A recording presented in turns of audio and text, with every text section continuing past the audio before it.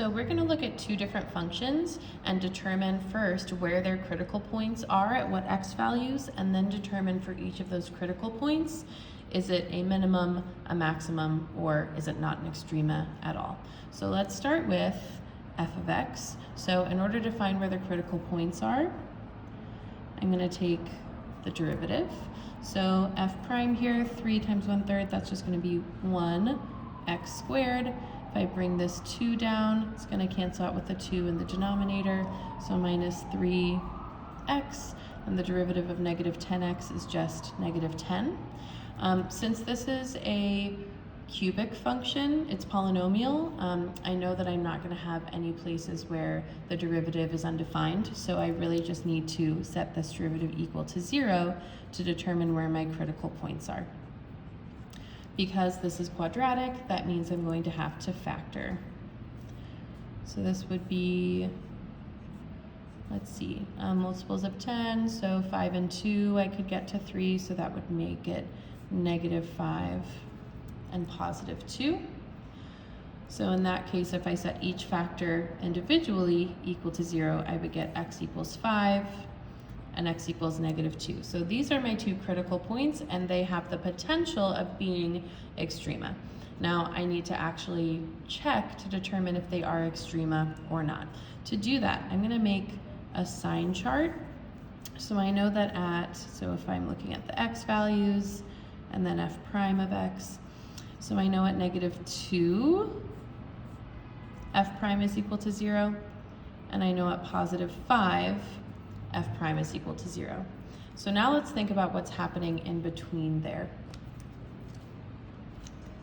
So at negative 2, for example, if negative 2 is actually an extrema, then there should be a change from a positive slope to a negative slope, or vice versa. So I'm going to take my f prime, so the derivative function, and I'm going to plug in some value over here. So let's choose negative 3. So when I plug in, it's actually often easier for me to plug into the factors.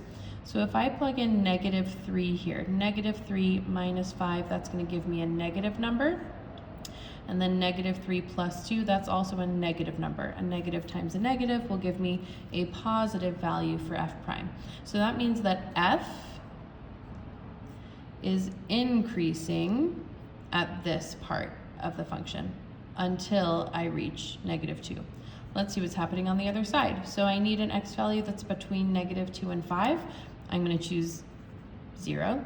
0 is the easiest to plug in. In this case, if I'm plugging in 0, I would just plug into my original form, 0, 0, so just negative 10. So that means f prime is negative over this section of the graph, which also means that f would be decreasing.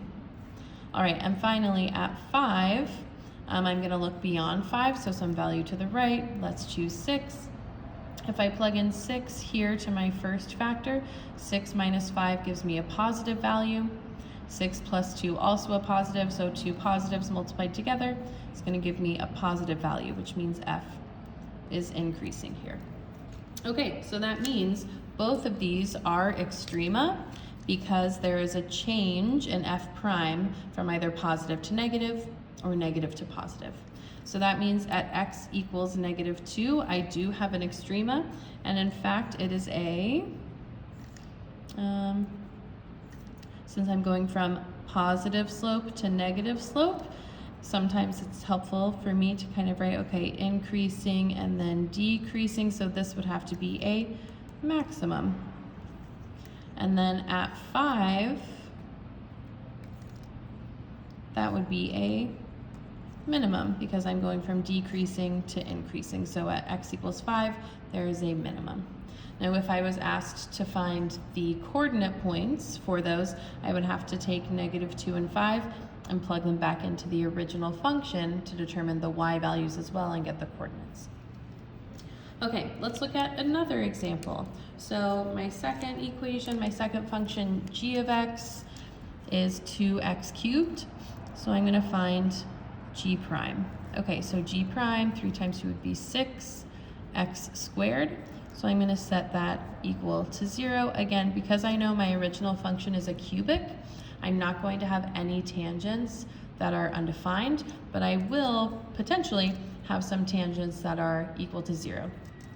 Okay, so in this case, I would just have x equals 0 as my solution here and as my critical point, so my potential extrema. So let's create a sine graph.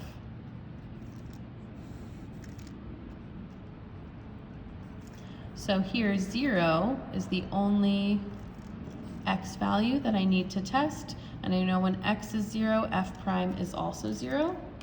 So let's test what's happening on either side. So if I plug in -1, okay, -1 squared would be +1, so that's going to be a positive value overall. And then if I plug in +1, and remember I'm plugging into g prime because I'm looking at the derivative to see if I have positive or negative slopes on either side. So if I plug in +1, I also will get a positive value here. So that means that I have an f that is increasing, then it hits 0, it hits a slope of 0, and then it continues to increase. So it's looking something like this, hitting that horizontal tangent and then increasing again. So is there an extrema at 0? No. So x equals 0 is not an extrema. It is not a maximum or a minimum. It is a critical point, and it does still have a horizontal tangent of 0. So what this function actually looks like, it looks very similar to the parent cubic function. So it looks like, I'm going to draw it without the axes so it's a little easier to imagine. But this function generally looks like this. So right here is where I'm hitting that slope of 0, where I would have a horizontal tangent, but it's not actually changing from increasing to decreasing.